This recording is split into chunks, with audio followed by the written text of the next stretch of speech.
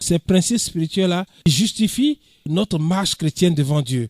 Cela nous montre aussi que lorsque nous faisons une marche chrétienne en dehors des principes de Dieu, eh bien, notre marche chrétienne devient une œuvre d'iniquité et cela n'est point approuvé de Dieu. Donc, lorsque nous marchons selon les principes spirituels, nous avons de l'assurance devant Dieu. Là où il y a l'assurance, il y a la foi qui est là.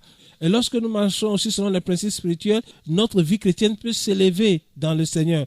C'est comme notre maison qui a été bâtie sur la bonne doctrine. On va lire Éphésiens 2, verset 20.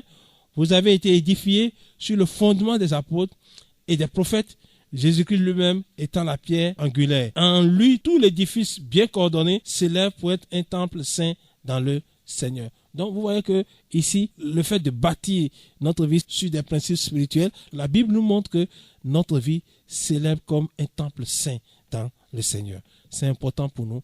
Moi, personnellement, j'ai beaucoup d'admiration pour un enfant de Dieu, pour un homme de Dieu qui parle selon les principes spirituels. J'ai beaucoup d'admiration pour un homme de Dieu, un enfant de Dieu qui vit selon les principes spirituels. Là, je prends plaisir à écouter cet homme-là parce qu'il va m'apporter quelque chose. C'est important. C'est comme quelqu'un qui vous fait un raisonnement mathématique qui est basé sur des définitions, sur des propriétés. Vous savez que c'est un raisonnement qui est valable.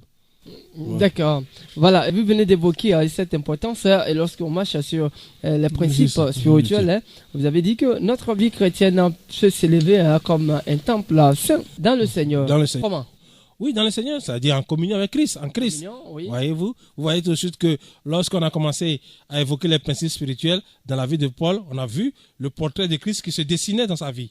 C'est ça, en communion avec Christ. Ça, c'est très important pour le chrétien de sentir que sa relation avec Christ grandit. Il a l'assurance que Christ grandit en lui, Christ se forme en lui. Il n'y a pas plus belle assurance pour le chrétien dans la marche chrétienne. D'accord. Est-ce que lorsque nous marchons sur les principes spirituels, l'homme ne peut pécher? Oui, si, le péché arrive. La Bible dit que si nous disons que nous ne péchons pas, la vérité ne demeure point en nous.